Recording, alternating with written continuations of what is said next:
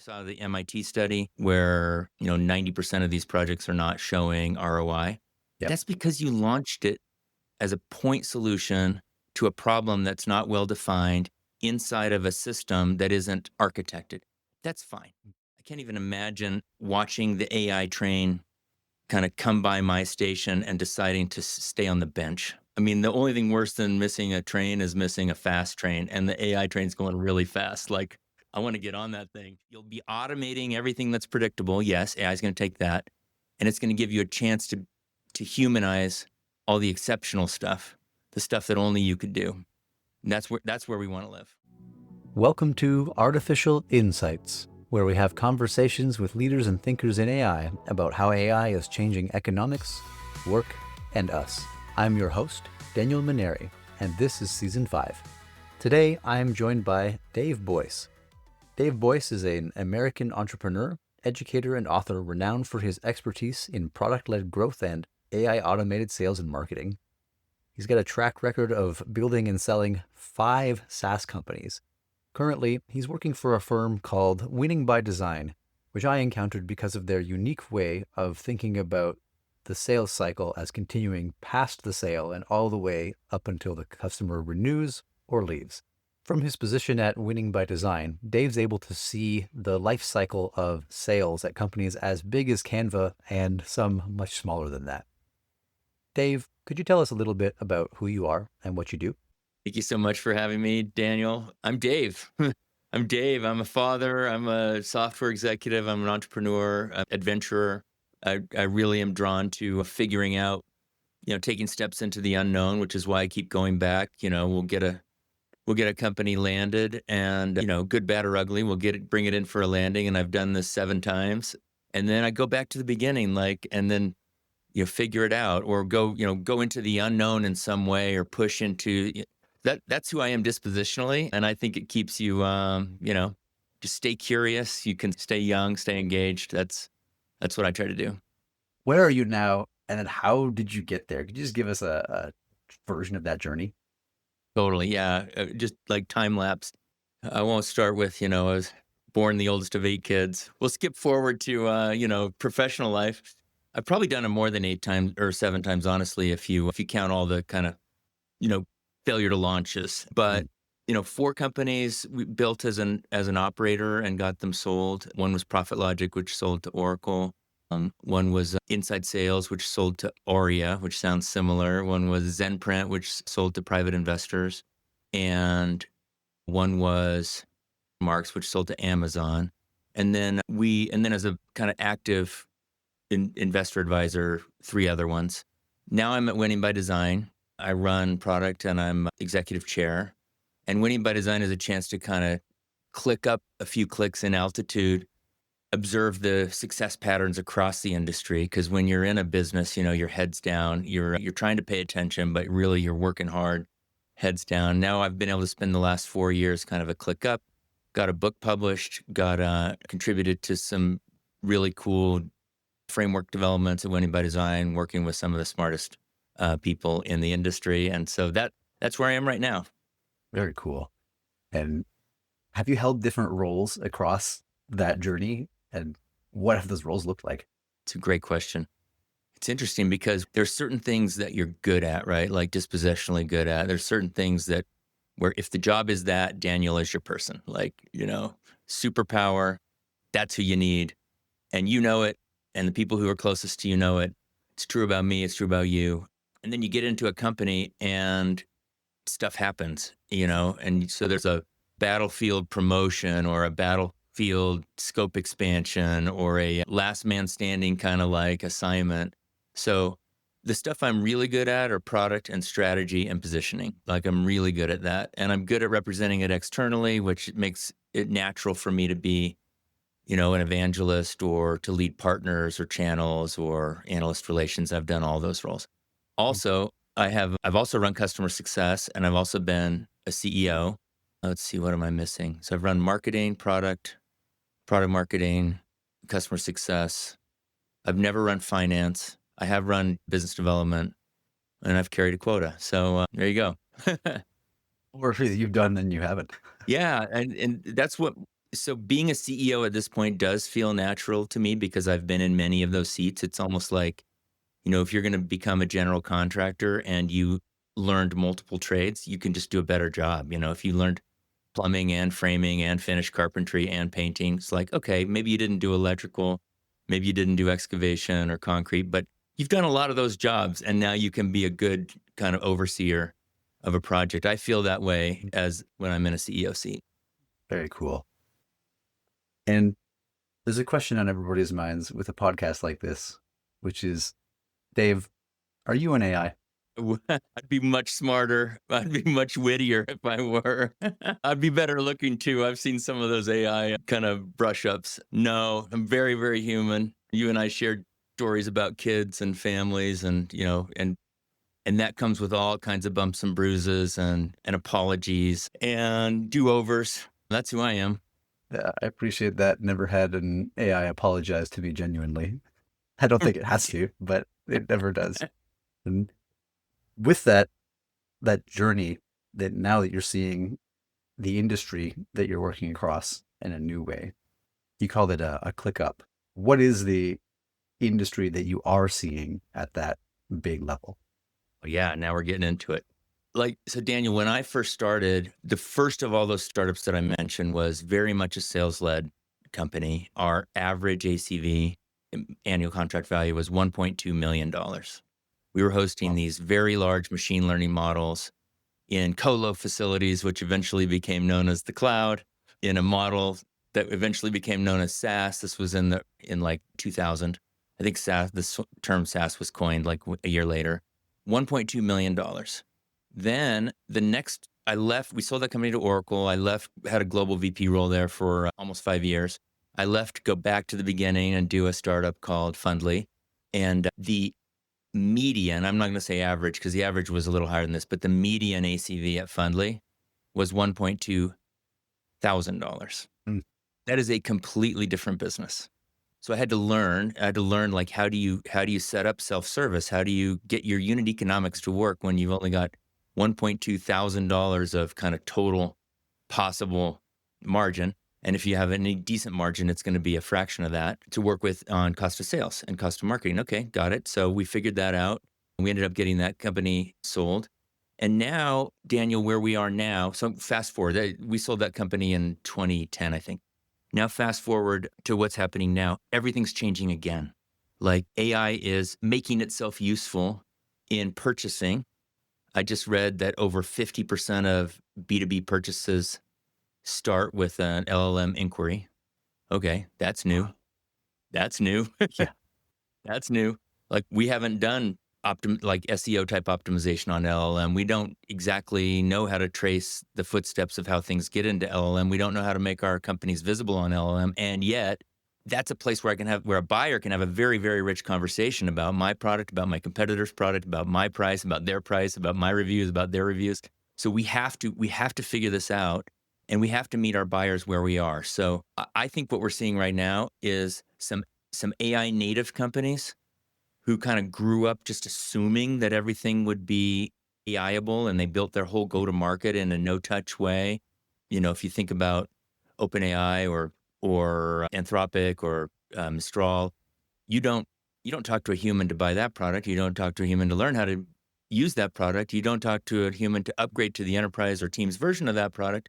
No, it's very much feels like a PLG, a product-led growth journey, but inside of like a consumption-based kind of model and built by people who just assume that AI can bridge all the gaps. So they have real-time data feeding the machine, helping it, and those are foundation models. Then you talk about, what everyone likes to talk about, Lovable and Replit and these companies that are setting crazy growth targets. But Daniel, that's like the new world we live in. Like if you wanted to meet today's B2B buyer who behaves like I just said, and by the way, 70% of the B2B buyers, this is a different statistic. I don't know how they crosshatch. 70% of B2B buyers are either millennials or Gen Z. Okay, all right, I'm not. So if I'm building a go-to-market motion for B2B and I build it a way that makes me comfortable as a Gen Xer, I'm doing it wrong. Like I got to meet Gen Z where she is and I got to build a machine that makes her comfortable, that makes it easy for her to do business with me. So we're seeing these revolutions. They just happen, right? Like they happen kind of generation to generation. We're in the middle one. We got to put on our curiosity hat, channel our best problem solving, and not assume that the playbooks that got us here are going to get us there. Yeah. There's a lot to dig in there, but I'd like to ask you, with what you're seeing it through, I think, two different lenses. And one of those is you're currently working for Winning by Design. Yeah. How does Winning by Design get involved with all of those growth motions? Yeah. I'm super lucky at Winning by Design for the Vantage. So we work with growth stage companies, typically 50 million to 2 billion in revenue. And in many cases, not AI native companies. I mean, in basically all cases, we're not working with a single 50 million plus AI native company. We're working with some startups within a company that are building AI native. But what we do is we work with those companies who have tremendous enterprise value. They've got rule of 40, rule of 50, rule of 60. They're sitting pretty, right? They've got high growth, high profitability inside a PE portfolio. And yet they see the same thing that you and I are talking about right now. They see the industry evolving in a different way, and they know that they have to stay relevant. So we use kind of our bird's eye view to help those types of companies build growth infrastructure, growth processes, growth architecture that allows them to keep doing what they're doing well, but also then evolve to their next stage of growth and to their next stage of buyer. So the way that looks is very basic things like putting in a data model or putting in an operating model so that we have visibility and consistency and so that we're AI ready. And then very kind of tactical things like figuring out which tasks within a customer journey should be performed by a human and which ones should be performed by a robot, and how the handoffs happen from human to robot to human, and where all that kind of information lives in an operating model. They're very, very cool frameworks that we're using to just help those companies. Basically, you don't have to run faster than the bear. You just have to run faster than your hiking buddy, right? So every one of these companies is under the gun, and they have to keep up with the times, and that this is a super exciting place to be. And before I dig into that even more, the other angle is you told me about a book that you've published. Yeah, What is that about? rock on. Well, it kind of is about this journey, Daniel. It's called Freemium. I'm going to see if I can put it into the frame of the camera without messing us up. It's called, there we go, Freemium. Beautiful cover. We published it earlier this year with Stanford. And it is about this journey, this self-service journey. It's a long-term evolution, in my opinion. Goes all the way back to shareware, free software downloads. Then we had Atlassian, then we had Dropbox and DocuSign and Twilio, defining kind of Gen 1 PLG. We got that all pushed out. We started becoming very used to software just being part of our lives on our phones, pushed out to mobile, very easy, kind of a merge of kind of consumer and enterprise software. So in our work life, everything became, easy to discover, easy to use. Document what that is, how we got here, where we are today, but then also how would you build it? Like, let's say you're one of the 99% of companies who didn't start that way. Then what do you do? Like, how would you retrofit it in? So I talked to several companies who already were north of 100 million and then retrofit some of these self-service motions into their company. One of those companies was HubSpot. One of those companies was MongoDB. One of those companies was Unity. And then we take a look at, all right, so then where is it going from here? What does the Internet of Things do? What is software embedded into physical things do? What does that unlock in terms of self-service? And then the kind of the $50 million question, probably more than that, $50 billion question, $500 billion question. What does AI unlock? Like, how much self-service does AI unlock, and where does that take us? So that's what Freemium does. Where have we been? Where are we now? Where are we going? And how do you implement that in your company? One of the things you mentioned was being involved with sales processes and trying to bring AI into that sales process. Where does it fit? Where does it hand off to a human? And where does a human fit? Could you tell us more about the experiments you've done and what you've seen there? Yeah. You want to get real tactical? Oh, I'd love to. Yeah. Okay. So we have seen a lot of experiments. I launched personally, Winning by Design launched 5 agents last year. I was personally involved with 4 of them. And a lot of our clients are launching agents too, either an assistive agent to help a human do her job better, or like an agentic kind of AI approach where they actually take over a piece of the customer journey, have a conversation with a customer like front lines. And then what we're eventually going to get to is orchestrative, where we're actually kind of orchestrating workflows. I haven't done any of that yet. We're working with one client I haven't done any of that at Winning by Design. We're working with one client that's doing it. But here's what you need. You have to have a point of view. Like you have to understand a theory of the case in order to do this. You saw the MIT study where, 90% of these projects are not showing ROI. Yep. That's because you launched it as a point solution to a problem that's not well defined inside of a system that isn't architected. That's fine. Guess what? Getting 10% success, I think, was it 85-15 or 90-10? I can't remember. But let's say it was 85-15. So getting 15% success in those environments, pretty good. That means like 15% of the time, even a blind monkey can hit the bullseye. But what we need to do is have a theory of the case. So what we want to do is establish two things. One is a data model. So we want to understand, I'll go from left to right, how a prospect makes it from awareness to education to selection to commit.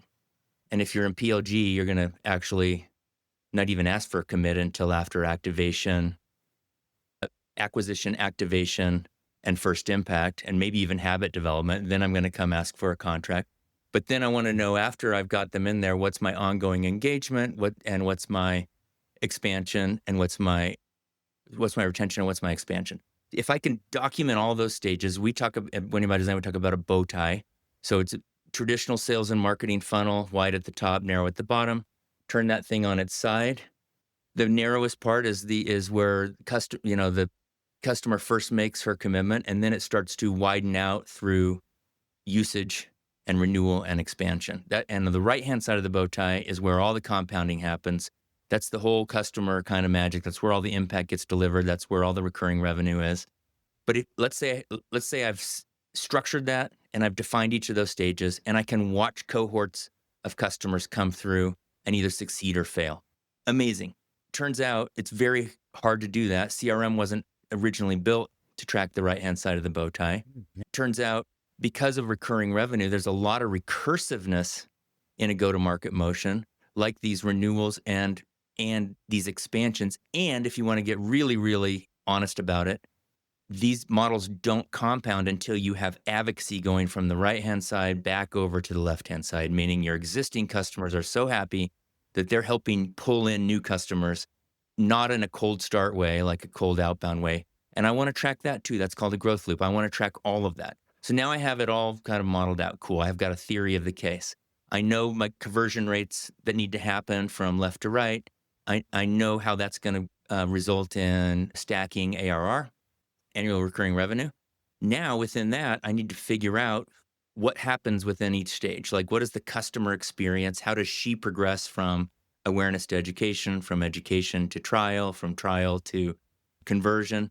And I'm going to build kind of the steps in there. And some of those steps, like as we said before, might be executed by a human, and some might be executed by a robot. By a robot, I mean like an AI agent. Okay, great. Or it could be a human who's getting assistance from a robot. Okay, all good.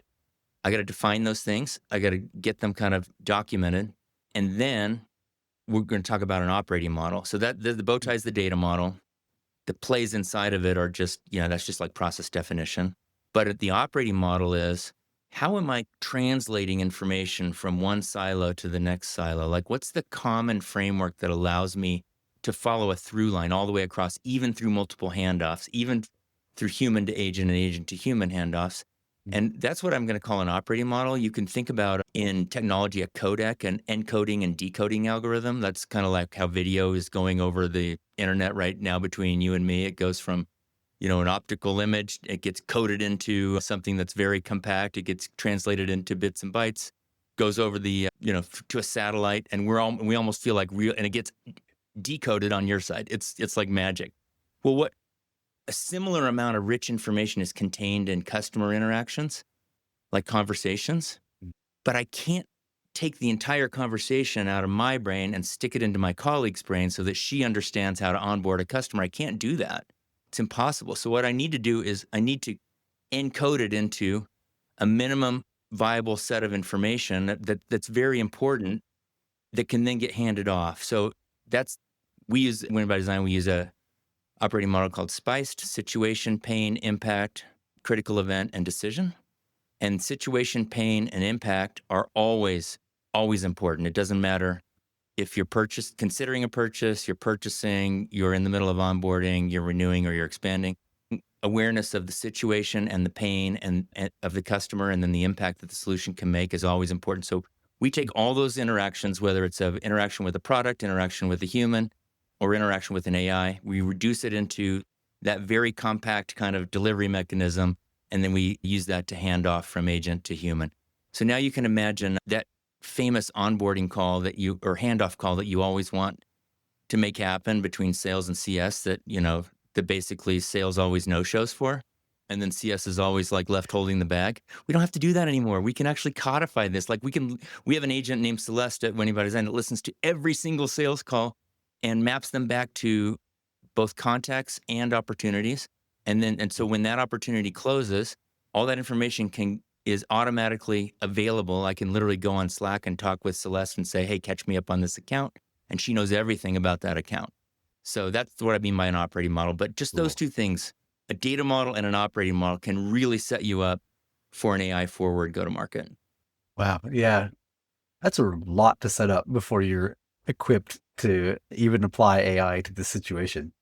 Well, it is. And it is. That's a great call out. So does that mean we don't run experiments in the meantime? No, I think you should be running experiments. Like figure out, we launched a bunch of agents before we had anything like that plugged into them, a bunch. I told you we launched 5, but like one of those agents is Jack. You can see it on the Winning by Design website. You can have a conversation with Jack. When we first launched Jack, he couldn't even push information into the CRM.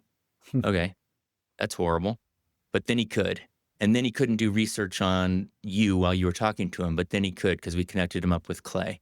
And then he couldn't, and then we didn't have it kind of going into spiced in the way that we wanted it to, but then it could. So I say start where you are and learn along the way, but just know what you're shooting for. Have a theory of the case, know what you're shooting for. Yeah.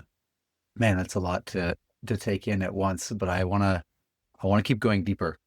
I'll listen to this Great. again myself and relearn from it as well.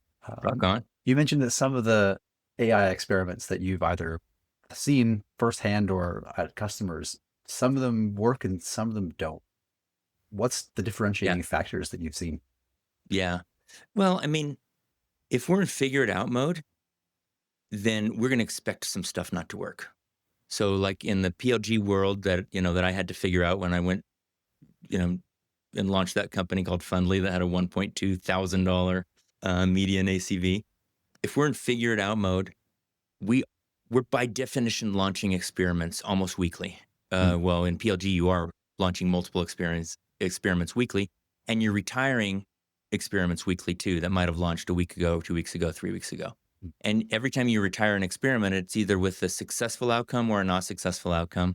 If it was successful, you take whatever the MVP version of that experiment was, and you hard code it into the experience so that it's going to be part of the machine going forward. If it was unsuccessful, you just deprecate it, like get rid of it. So it's like an A/B test, A worked, B didn't, keep A, kill B. And we're doing that relentlessly, like week after week. So now we're in a mode where you say, like, what are the distinguishing characteristics of a successful or unsuccessful AI experiment? One thing that's not successful is don't start. I can guarantee you how much success will come out of that. But I can also guarantee you that if you're aggressive, that some of your stuff will work and some of your stuff won't. The problem is when we talk about experiments, if you don't have measurement, how will you know? How will you know? Is it just gut feel, like that feels pretty good? You need to understand where that experiment is supposed to make a lift in your customer journey. Is it supposed to make a rep more effective? Is it supposed to close a deal faster? Is it supposed to speed up qualification? What's it supposed to do? Okay, cool. Now let me set a baseline. Now let me launch that experiment, and now let me see if it delivers better results or not. And then relentlessly, if it doesn't, I'm either going to tune it a little more and see if I can get it to do it, or I'm just going to kill it. I think the number one way to fail is to not try. The number 2 way to fail is to not measure. And after that, every single failure is actually positive. Like if I launch something with a theory of the case and it didn't hit what I thought, cool, I'll never do that again. That's going in column B. And I'm going to keep trying things until I get things to move the needle. Mm. And you mentioned that some companies are, I think you used the term AI native.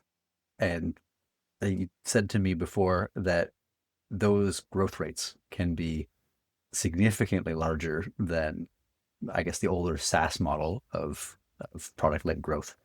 Why is that? Is that what you're seeing? Yeah, I've reported elsewhere that ever since 2001, if you go back and look at the fastest ever growing software companies throughout ages of history, you know, the and let me not say software, let me say SaaS. So we're not going back to ancient history. We're not going to mainframes. Salesforce was the fastest ever growing software company. And then it was VMware. Amazing. They were really good. And then it was Atlassian. And then it was, I think it might have been Dropbox and then Box and then Slack or something like that. So kind of every era has a fastest ever. They set new high water marks. From Atlassian forward, 2001 forward, every single fastest ever growing software company has been PLG. Then you say, yeah, but that's pre AI. What about AI? And then you look at the fastest ever growing AI companies. That's OpenAI, Mistral, Replit, Lovable. These are crazy. Get to 100 million in 10 quarters, 6 quarters, 4 quarters in the case of Lovable. Like crazy. Like 1 to 100 million. What?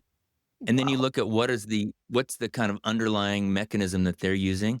It is also like it's self-service, meaning you don't talk to a human to start a ChatGPT account. You don't talk to a human to upgrade your ChatGPT account. You don't talk to a human to share your ChatGPT account, your projects with colleagues. Like that's all just built in. But here's the truth. They wouldn't be able to harvest, and they have a ton of tailwinds because of the kind of AI nature of their products. They have a ton of tailwinds. They would not be able to harvest them if they were trying to harvest it the way that VMware or Salesforce did. If they were dependent on hiring, onboarding, training, managing, and coaching reps in order to turn inbound demand into paying contracts and expand them, they'd go way slower by definition. It just takes longer to identify a good rep, get her hired and onboarded, then get her trained and managed and coached up to kind of productivity. That takes time, but it doesn't take a machine time as long as you can program it well. So natives, this is a very long wind up, sorry, Dan, but AI natives never even considered that other path. They built thinking every single interaction is a piece of data that can feed back into the machine and help me tune it. Every single engagement with the customer is a piece of her journey. It fits here in the journey. I'm going to track her over time. I'm going to run a customer data platform, not a CRM. I'm going to run real time, not 1 month or 1 quarter delayed data. I'm going to update my processes as I go. And so AI native, even though they're not doing anything necessarily new, it's kind of PLG-ish. They just built from the ground up that way. And now, if you can imagine, using AI to analyze that data and make real-time changes and adjustments and launch real-time experiments just allows them to go even faster. So it sounds like the effect is real. Like it's really changing the way that these companies are able to scale. It is. Now, we don't know the end of the story. So here, we'll pick on Lovable. They're everyone's favorite success story. 4 quarters to 100 million. Guess what? Guess how many birthdays you've had within the first 4 quarters? Zero. Like, so, so do we really know what their renewal rate is going to be? Do we really know what their ongoing ARR is going to be? Do we really know that it's going to keep compounding at that crazy rate? Are they going to hit some headwinds once they get out of the white hot center of their ICP? Like the answer is, of course, they're going to hit some headwinds, and they're going to have to adjust. They have a smart team; they'll figure it out. But I don't think this is the entire story. Like Mm. they have a lot of journey left to go, and they've got a lot to figure out. And I think first principles are going to be their friends as they figure that out going forward. So can this unlock exponential growth? Yes. Will it follow a different set of laws of physics than the rest of the recurring revenue world? I don't think so.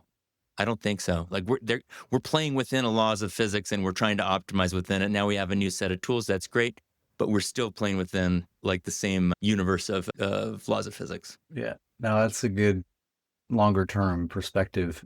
With AI, especially, everybody seems to be a little fixated on the near term, and it's hard to remember that this is the beginning. We haven't seen much yet. So exciting though, right? I love it. So Yeah. Like, I just can't even imagine. I can't even imagine watching the AI train kind of come by my station and deciding to stay on the bench. Like, I, I mean, the only thing worse than missing a train is missing a fast train, and the AI train's going really fast. Like, I want to get on that thing. Yeah. Yeah, absolutely. It it reminds me that, well, one of the things you said, I think, being able to see each one of these new revolutions, and even being able to see the invention of SaaS as a term, and product-led growth as a motion that people actually Yeah, understand. And it feels like we have a lot to build. yeah, and you asked in the beginning, like, who am I? And I said I'm dispositionally an adventurer and curious mindset. Not everyone's built that way. I totally get it, Daniel. That gives me energy. Like, I like stepping into the unknown. I like a reasonable chance of failure. It for me, it keeps me on my toes. But that's not true for everyone. It doesn't give everyone energy. It can actually, for some personalities, freeze me in my tracks. I'm not saying everybody should be putting themselves in harm's way every day like that. I'm just saying, if it's your predisposition, great.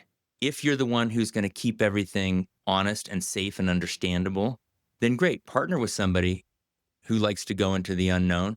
You'll be the one that keeps them grounded. They'll be the one that keeps pushing us forward. That's very often kind of a product and engineering partnership or a marketing and sales partnership. It's great. We need both. We actually absolutely need both. For me and my sanity, I want to be pushing into the unknown. And then if somebody's listening here who says, "Ooh, I like that, but I don't want to be that person," cool. I'll take the arrows and I'll come back to camp and you'll help me figure out, how not to get shot next time. I like that. Is there anything that I haven't asked you that I should? It's been interesting to just think about the parallels between like what's happening right now in AI and what's happened in the past. Yeah, here's something, Daniel. Like, let's say I'm listening to this and I'm freaked out because I got a job and now I'm thinking very, very existentially about me and my livelihood and the people I take care of in my life and whether or not I have a job going forward because I think AI is coming for my job. I think that's a very fair feeling. And I also think it is a fair assessment that AI cannot replace you as a human. You asked at the beginning of the call, am I an AI? I'm not. I'm a human. You're a human. Every one of our listeners, well, that's probably not true. Half of our listeners are AI, but you guys shut it off right now. And for our human listeners, we're humans. We can do things that are uniquely human. AI is not going to take our jobs as long as we're not trying to hold on to a job that AI should have. Like, if I'm trying to hold on to an order processing job, and that's how I define myself, and that's where I get all of my self worth, yeah, AI is going to take that job. But if I am a human and I show up as my best human self and I'm interacting with other humans and I'm helping them manage fear, uncertainty, and doubt, I'm helping manage kind of stakeholder alignment, I'm helping manage strategy, I'm helping build confidence, I'm helping chart kind of a course forward, I'm helping make connections between humans. AIs can't do those things.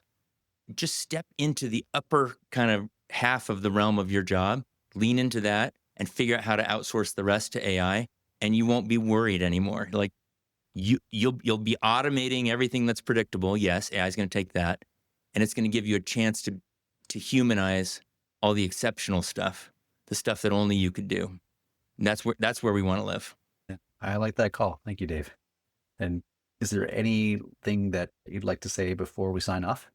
Thank you. Well, I'd love to see you online. I'd love to see the listeners online if you like this conversation. Winning by Design has amazing resources. One of them is free.